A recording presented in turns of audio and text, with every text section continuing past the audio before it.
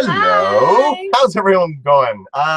So today I'm joined by Kate, and we're going to be reviewing Blind Date with Nathan, which was, the way it was written, it was set to be the first episode that was going to have no Rose at all. That's right. Except that in the end, we added an extra scene that you were in, sort of, your voice, right? Yeah. Yeah. So, well, let me think about a little bit about the history of this episode. Like, so when I was writing it with Dad, early in the beginning of the writing of the series, my goal was I really wanted the show to be like 50% about Rose and her story, and then 50% about Dad. Now, in the end, it didn't turn out that way. It skewed very heavily towards Rose. But this was one of these early parts where I thought, well, no, I really need to develop his own romance and his own relationships, because he's going to be suffering some of the same roadblocks as Rose, but in a very different light, because he's older, he's straight. It's going to be a very different experience for him. But for whatever reason, they're both, we wanted to have it so they're both keeping secrets, and I wanted to have that parallel between them. So this is the beginning of that. I remember being very nervous about posting this episode because, here's a show that already, we're 4 episodes in, pardon me. It was all very Rose-centric already, and now I'm going to do an episode with no Rose. I was really worried that the audience wouldn't like it, but they did, and they were really delighted that we introduced a new character played by Kelly Marie Martha, who is a really amazing person to work with. Very passionate woman, like artist, actress. She's amazing. Well, and she's a writer and a director now, and she's made some incredible short films. And so, if you aren't following her on Facebook and Twitter, you should do so, because she has amazing work and screenings and festivals and all that kind of stuff. You can see some of her work. I haven't had an opportunity to see her short films yet. Have you? No, I haven't, unfortunately. No, well, because there's only been a few screenings, and I remember one screening, I was so sure I was going to be able to make it, but I think I was like really sick or something like that. I was just like, no, I'm going to go anyway. Because there was it was a double bill, and they're screening it with the girl who played Sam in the most recent Pia Flag episode. She's also a director, and they were doing a double bill. I was like, oh, I'm going to go see both their films, and be supportive of our gang, and I wasn't able to make it, but it can be tough because we're involved in the web series community, and everyone's doing stuff, which is great, but it can be hard to get everything. So. And we want to. We do. Yeah. But anyway, we make a good job of it. But anyway, without further ado, shall we get on with the first episode? We're going to episode, not first episode, the 5th episode, pardon me. So those of you who are watching with us live, you've got it all queued up. So I want you to press play in 5, 4, 3, 2, 1. So here we are. There's my wife making a cameo along with Kara. And Kara, lovely Kara. Yeah, which is kind of funny because there was this challenge between Natalie and Kara over who was going to appear in Out with Dad the most. Oh yeah. And I think in season 1, Kara, they both appear, I think, 7 times in the background. Except in a way, Kara kind of actually got an 8th one, because do you remember in episode 3 with the movie theater, and the projector starts projecting the background? Well, I needed some video footage just to create those waves of light, and so I actually used test footage of she sort of did a walkthrough of the scene where Rose comes out, and I videotaped that, and so I used that footage because there's lots of color and it was all bright and contrasty, and so Kara's actually in that. So they actually, in a way, Kara won the challenge. Congratulations, Kara! You beat Natalie. So we're filming this. This is actually back to the first day of production. Oh yes, because this was the first location. Yeah. So we filmed at our in episode 2, we already talked about this, where we filmed where they're playing asshole and euchre in the cafe, which was actually an office that we decorated to look like a cafe. But then they also had this rooftop patio, which we got to light up, and it's on Queen West. And a beautiful location. We get to see some of the Toronto skyline there, including, you actually don't see too much of the CN Tower. I was really hoping to squeeze that in because I want to promote as much Toronto as possible. But another cool thing though is that you'll notice usually we work really hard to hide branding of things, but here you do see Amsterdam Brewery beer stuff there, which is a local brewery. Now, a little bit of film trivia. What were you using as the alcohol? Because we don't really get loaded on set. We're using actual No, Kelly Marie I think she was drinking white grape juice. Okay. And I think actually Will is drinking actual beer. Will didn't drink though? No, he doesn't drink. So so he's like sipping it. No, and I think I don't remember what it was. It was one of these things where like we had it ready.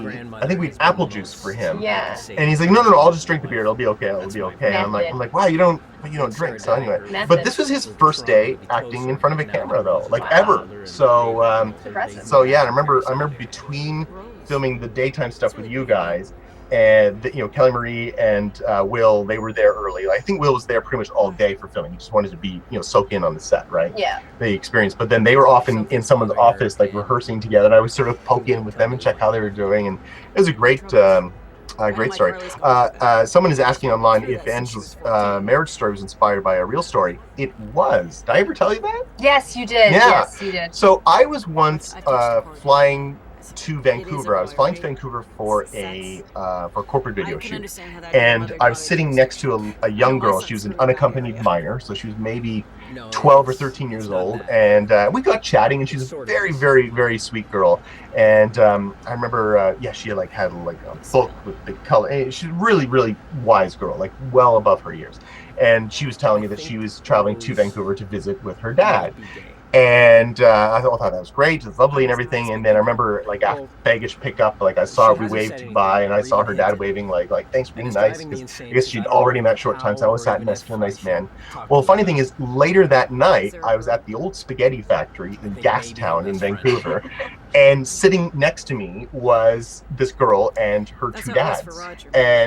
And again, we sort of got chatting a little bit, and we were, having a lovely time and everything. So it really struck, it stuck with me. So I invented this whole story of how, maybe they're both, maybe they were from Toronto, and then, they fell in love later. And so anyway, so a lot of the Kelly Marie story is made up, but then it was also inspired by a little kernel of something I encountered in real life, where I just let my imagination go. And so when I was trying to write her story, because I knew I wanted them both to be single, and I knew I wanted her to have kids, because I had this whole idea that that her daughter and Rose would meet and kind of hate each other, and there's gonna be a whole thing. But that's long and gone now. So that's where it all came from, and so I really enjoyed that. And then of course, she being the best man at the wedding.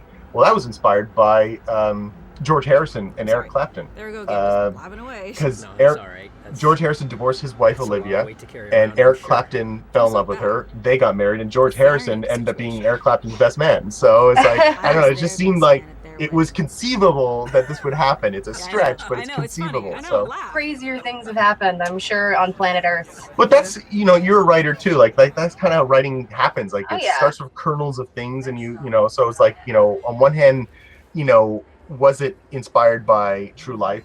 Well, no, and yes, lots of true life. So, so here's this bonus scene that we shot many weeks later. I think, I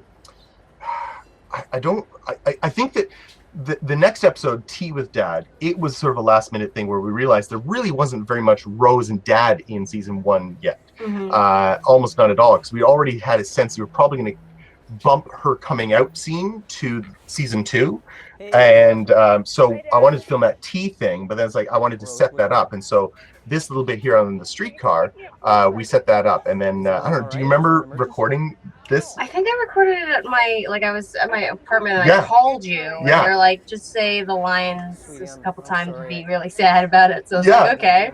Yeah, I literally had a microphone pointed at my phone on speakerphone, and oh no, it was my little lav microphone, and I just taped it to the phone. And I remember when you answered the phone, you were like, "Hey, how you doing?" You were all very chipper. I was like, "Uh-oh, she's supposed to sound sad."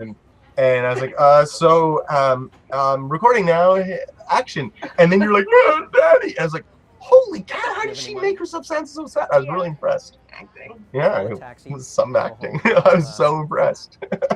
Nice. Yeah. No, it was cool. Yeah, there's that dude in the background sits down. He's like, They're totally filming something. I'm gonna pretend I don't notice. And now you can see I pan over like, let's give him some privacy. Maybe he wanted to be discovered, Jason. Maybe I ruined it. But ruined him. It is one of the reasons why I keep the shallow depth of field, so that everything's really really out of focus in the background. It's amazing though. It always, well, I guess it amazes me every time we shoot a scene that's like public like this. I'm always anticipating people are just gonna be like jerks and just like go walk up to the camera and be like, hey, what's up? Yeah. But a lot of people, thank God, are very respectful of it. So this Trio Argento gave us permission to use the song that's in this, and that band, I've reached out to them almost every time we've ever had a Kelly Marie, an Angela Nathan scene. It's been like that's the go-to band for them. Yeah. So it's kind of nice to hear that music in. It's really pretty stuff, isn't it? Oh yeah. Yeah. Yeah. So we got more peeps. So we got more people joining us from, so let us know where you're visiting from online. So what other questions? Well, we talked about where we filmed it, and the streetcar thing. We just that was actually one of the first times Amanda joined us on set too. I think. And Eric did some camera operating for his first time. So he shot sort of like the B camera on the streetcar. So we were using Will's camera because by that point he owned that, and so it was all very quick. We just we got on late at night, so when we figured the streetcar wouldn't be occupied very much. And the only thing that bugged me is that you hear the automated announcement saying Spadina, and it's just like, for anyone knowing in Toronto would know that they were absolutely in the wrong part of town according to story. So whatever. Only the hardcore fans. Yeah, and maybe Toronto residents might be a little like, what the? Wait a minute. Weren't they just at the Scarborough Bluffs? I'm confused. Oh, we should film at the Scarborough Bluffs one day. I've never been. It's supposed to be one of the most beautiful beaches. It's so crazy. We filmed a lot of Pete Winning there, and it's awesome. It's really cool. Like it kind of reminds me a little bit of like some of the locations they might have used in the old Star Trek series, because it's got the crazy rocks and stuff. Oh, yeah. Very different, but it's just kind of makes me think of that. So there. So doing this bouncy thing. You're digging the little bouncy thing? Bouncing. Yeah, we're standing on like this we're little standing bouncy. on a foam thing, and I can't stop bouncing. Here's a gift for us for you guys to make. All right. So I guess we kind of said everything there is to say about that one. I just remember being relieved that fans still liked this episode, because like I said, I was so worried with the no Rose, basically. Fans wouldn't respond. But then I remember comments even on AfterEllen.com, we were like, this is the best episode yet. I'm like, really? Oh wow. I mean, because I didn't feel that inside, but to hear other people say it gave me a lot of confidence, and that it. Do you find that still surprises you too? Like when feedback comes in, it's like, oh, we're still doing okay. Oh yeah, it's nice to kind of to get those things every now and again to remind you that you did well. So. Yeah, that's good. But lately it's been a little different, because like our season 4 episodes are so much more simple, and it's because that's what we can afford to do. Yeah. And so a lot of people have been a little upset about that, and I totally, I don't know, I get that. Like there's a lot of passionate fans, and it's just we're not delivering what we used to deliver, but I don't know, I'm confident that we'll get back up there. We just so you folks who have stuck around as long as you have and said all the nice things still, you have no idea how much it makes our day to get it. It's really wonderful. We read everything, don't we? Yeah. Do you read everything still? I sometimes do. I mean, sometimes there have, to be perfectly honest, there have been some comments where I've been like, all right, that's it, I'm getting off of this, because it's just not nice.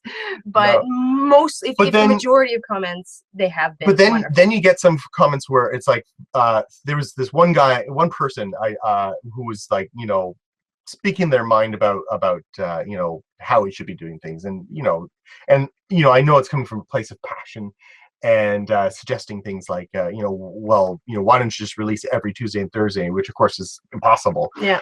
But then other fans were like coming to our defense. Yeah, that's really cool. So I remember when I was like, doing my duties as the social media, like, how do I respond to these things? And I was like, I could say this, I could say that, and just really stuck on what's the right thing to say. And then I realized, oh, someone's already said this for us. Yeah. Well, I'll just leave that alone then. Yeah, some people get it. It's tough to do what we're trying to do. We know exactly what you want, and if we had this fantabulous budget, it would be yours. Yeah. Someone is asking us online if we can tell how Johnny and Angela know each other. There is a backstory there. Would you say what Jan Le? Yeah, Lanzout asked this question, and he's asking how Johnny and Angela knew each other.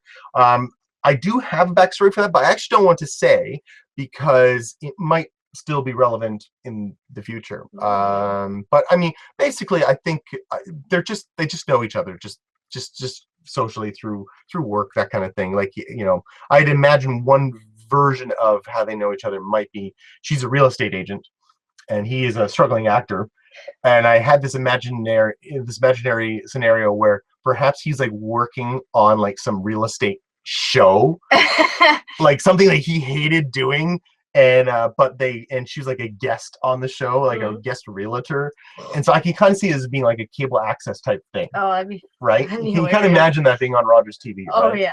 And so that's kind of one variation. Getting real. Yeah, with Johnny. Whereas real estate. Whereas Nathan and Johnny, they've known each other since like childhood, including Sarah, who is the Rose's mom. They all went to school together, so they're all very, very old friends, and they, so it's very, very familial. I think that's correct, but I'm not sure. Have Angela and Nathan a chance to get together in the future? I'm gonna say no. Nathan blew it. Like, he's a bad dater, right? Like, he kind of screwed her over time and time again. Yeah, I mean, he's got a lot of things on his plate with Rose, but but I think he could have made better effort, and I think Angela was even too forgiving. So no, I think that is definitely over. Yeah. So anyway, so let's say goodbye.